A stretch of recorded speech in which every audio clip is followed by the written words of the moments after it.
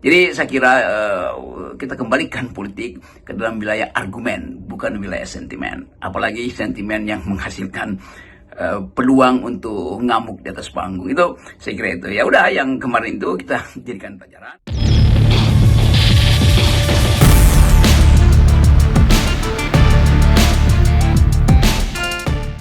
Bung Rocky, masih banyak yang penasaran nih dengan ribut-ribut di acara iNews yang dipandu oleh Aiman ya. Ciko Hakim yang membela Anda itu sudah buka suara. Emmanuel Ebenezer yang posisinya sebagai pendukung Jokowi juga sudah buka suara. Sylvester juga sudah buka suara. Bahkan dia buat video khusus yang tadinya disebut sebagai klarifikasi, tapi ternyata isinya itu ancaman buat Anda. Jadi apa sesungguhnya yang terjadi? Iya betul, sebenarnya Arif. Banyak orang yang bertanya soal apa sebetulnya yang terjadi di acara Saudara Aiman itu, behind the scene-nya apa aja ketika kamera dimatikan. Saya sudah berjanji untuk tidak membahas itu, dan saya kira pada waktu terjadi peristiwa panggung memanggung itu, saya minta supaya mereka yang secara sengaja atau tidak sengaja merekam kejadian itu, kendati sudah di off air kan kamera, tapi masih ada aja yang jahil memotret atau merekam. Karena di situ ada banyak mahasiswa juga, ada mungkin beberapa tamu, dan itu yang kemudian bocor. Tapi orang nagih lagi tuh, bocornya seberapa sih, seberapa dramatis atau seberapa heboh peristiwa di panggung iNews itu. Buat saya hal yang nggak ada gunanya sebetulnya, karena saya tetap di dalam kondisi untuk terus mengucapkan kritik, dan sangat mungkin peristiwa yang sama juga akan terjadi di stasiun TV yang lain dengan orang yang sama atau orang yang berbeda atau dalam situasi yang berbeda. Dan saya dari awal tahu bahwa kemampuan orang untuk mencaci maki saya itu juga disebabkan karena kemampuan saya untuk memberi kritik pada junjungan dia, pada junjungan mereka. Bagi saya itu fair-fair aja tuh. Yang tidak fair kalau misalnya ada pertarungan fisik di situ kan. Kan nggak mungkin orang yang might is right itu dalam pepatah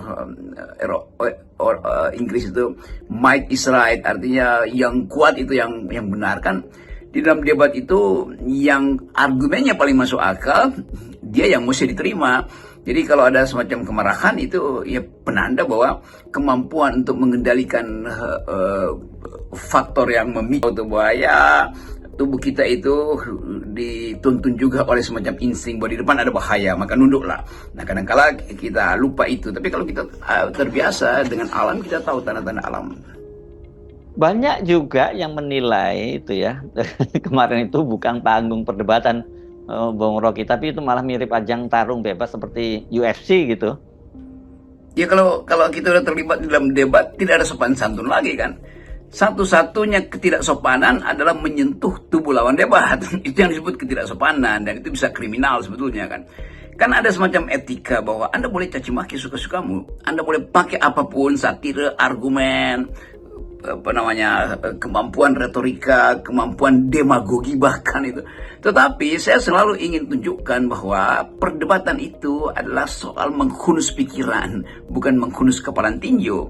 Jadi kelihatannya kita mesti belajar ya, peristiwa itu juga ya, kita pakai aja sebagai alat untuk belajar bahwa menahan emosi dan meruncingkan pikiran itu lebih penting daripada mengumbar amarah itu. Tapi udah, peristiwa itu udah berlangsung, ada saling pemahaman bahwa di belakang layar mungkin masih ada yang belum beres, tapi kita mesti tahu bahwa itu adalah ruang publik. Ruang publik hanya boleh diisi oleh argumen publik. Itu dasarnya tuh. Nah, semarah-marahnya tetap tidak boleh ada kekerasan tuh, dan itu sebetulnya tanda dari peradaban kan. Nah, kalau akhirnya diselesaikan dengan bertinju atau gontok-gontokan, itu artinya orang takut juga akhirnya naik panggung kan. Oh, takut gue kenapa? Karena badannya lebih gede, bukan karena otaknya lebih besar kan, itu akhirnya begitu. Jadi saya ingin supaya publik juga belajar bahwa kesepakatan kita di dalam berdemokrasi adalah pakai argumen, force of the better argument, bukan force of the better tinju itu, bukan itu yang kita maksud tuh. Jadi apapun sepanas-panasnya perdebatan itu hanya boleh pakai kalimat, nggak boleh pakai alat-alat fisik, karena itu akan memancing juga potensi lingkungan itu akan saling manas-manasin tuh. Sama seperti lingkungan saya, kenapa nggak digituin Rock, kenapa bukan itu maksudnya. Tetap kita mendewasaikan diri di dalam kemampuan atau dengan kemampuan berargumentasi. Politik adalah kemampuan berargumentasi itu. Silat lidah oke, mau nipu di dalam atas panggung oke, mau berbohong oke. Tetapi semua hal yang kita ucapkan secara naratif itu yang menunjukkan bahwa kita matang di dalam politik panggung tuh. Kalau di dalam politik kampus ya tentu orang yang betul-betul nggak bisa berargumentasi nggak boleh lulus kan. Tetapi ini panggung politik kadang-kala mesti dibawa dengan retorika.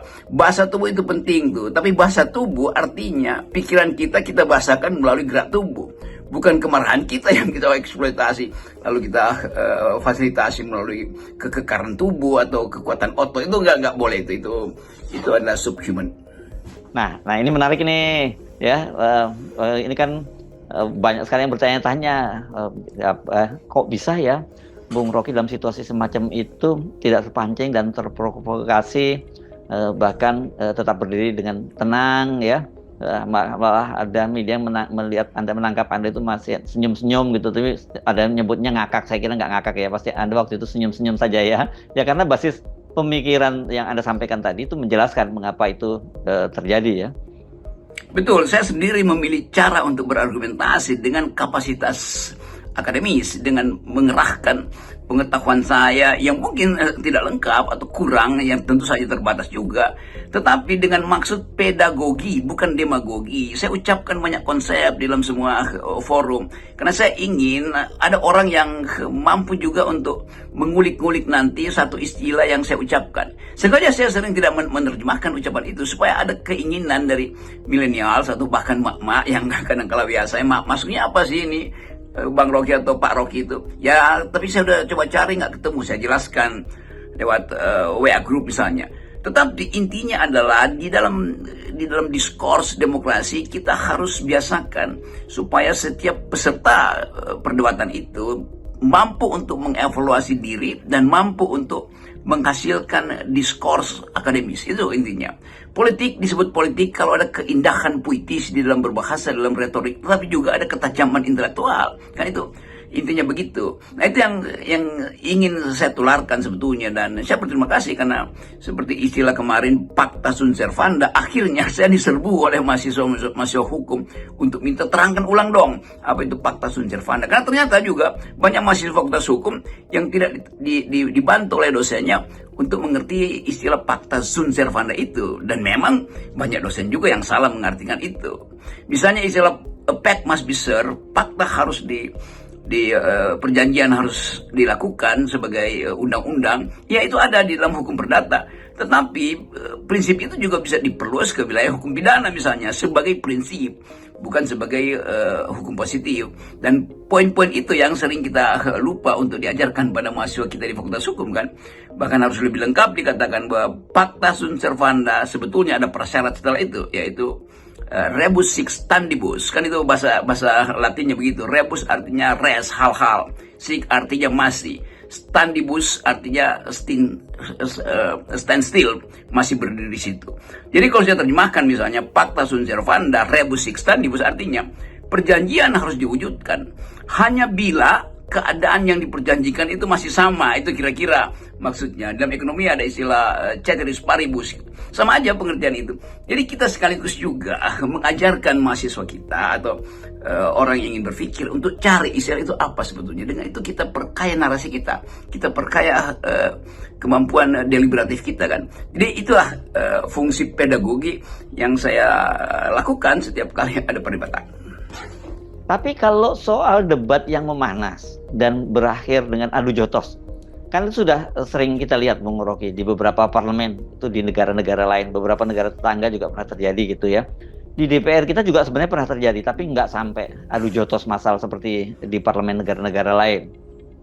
Ya, kalau kita keluar bertemu dengan teman-teman di Eropa atau di Amerika misalnya, mereka sering menganggap bahwa mengapa di parlemen Melayu itu atau Asia, di Taiwan, di Cina, Jepang juga kadang-kala masih ada, di Thailand itu dipertontonkan perkelahian di dalam ruang sidang itu. Ini kan juga beberapa munas partai atau ormas atau OKP di Indonesia kan itu lempar-lemparan kursi itu dan teriak-teriakan di situ kan. Itu juga penanda bahwa kematangan kita untuk menghasilkan formulasi pikiran itu kadang-kala tercegat karena kegugupan kita, karena bahasa tubuh kita itu lebih dahulu menguasai kita ketimbang akal pikiran kita kan. Jadi kalau kita, mungkin saya perlu kasih semacam kursus debat atau kursus argumentasi pada caleg-caleg atau anggota DPR yang baru atau bupati segala macam, supaya juga kita bisa mengerti bahwa keindahan politik itu adalah di dalam percakapan intelektual. Itu intinya kan. Dari awal kita tahu bahwa politik adalah mengucapkan pikiran itu. Kenapa kita berpolitik? Supaya kita hindari pertempuran yang sifatnya dan daging ke daging kan. Kita ingin konsep ke konsep tuh.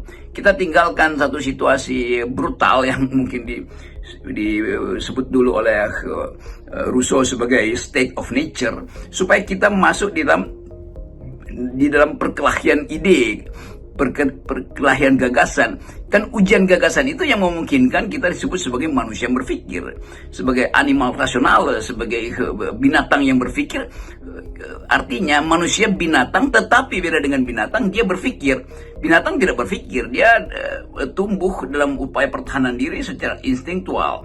Dan karena itu binatang ya pasti dia akan buas, karena memang dirancang hanya untuk bereaksi tuh, bukan untuk menunda reaksi dengan cara berpikir tuh. Pada makhluk-makhluk primata yang makin tinggi, dia akan menunda reaksi tuh supaya tidak terlihat kebengisan fisiknya, dia menunda reaksi. Jadi banyak makhluk yang primata yang juga sebetulnya kita adalah semacam evolusi dari keprimataan kita dalam berpikir. Jadi menunda kemarahan itu penanda bahwa Anda adalah makhluk yang berpikir. Itu poinnya. Tapi ini ya Bung Rocky ya, kalau kita runut secara sosioantropologis itu ya, kultur gampang marah atau sering disebut sebagai amok, itu kan itu sebagai sebuah ciri-ciri yang sebenarnya sudah lama dikenali, sejak lama dikenali oleh para scholar gitu, itu ada pada kultur masyarakat kita. Karena itu para arkeolog atau antropolog barat pernah menemukan satu ciri di dalam masyarakat Asia atau masyarakat Melayu khususnya yang mereka sebut ngamuk, sehingga di dalam dictionary, dalam kamus bahasa Inggris ada kata amok, emak, tulisannya AMUCK, emak gitu. Yang itu betul-betul khas orang Melayu dalam terminologi itu. Artinya tanpa alasan tiba-tiba marah, lalu ya ngamuk dalam pengertian sehari-hari kita. Jadi amok, emak itu semacam lema entry yang dimasukkan dalam kamus bahasa Inggris itu, Webster Dictionary atau Oxford Dictionary, yang menjadi petunjuk bahwa kata itu datang dari tradisi Melayu, ngamuk. Nah itu yang sebetulnya bagaimana kita bantah itu kalau sebetulnya setiap hari kita menyumbang pembuktian bahwa kita adalah bangsa yang suka ngamuk doang tuh. Tapi perlahan-lahan kita bisa perbaiki itu, walaupun entry dalam bahasa Inggris nggak mungkin kita rubah lagi karena itu jadi semacam bahasa satir dunia. Tetapi kita bisa perlihatkan bahwa Indonesia tumbuh dengan tajam di dalam aspek-aspek perdebatan. Kita tahu bagaimana founding parents kita di awal kemerdekaan bertempur secara argumen, panjang lebar bicara tentang dasar negara, bahkan sampai macet perdebatannya tuh. Tapi semuanya berlangsung dengan kemampuan berargumentasi. Jadi saya kira kita kembalikan politik ke dalam wilayah argumen, bukan wilayah sentimen. Apalagi sentimen yang menghasilkan peluang untuk ngamuk di atas panggung. Itu saya kira itu. Ya udah, yang kemarin itu kita jadikan pelajaran supaya ada pertumbuhan ide pada kita bahwa politik harus diasuh dengan pikiran, harus diasuh dengan ketajaman pikiran, bukan dengan kemarahan, dan apalagi kemarahan yang dimanifestasikan melalui gerakan-gerakan fisik yang kadangkala justru terlihat lucu itu.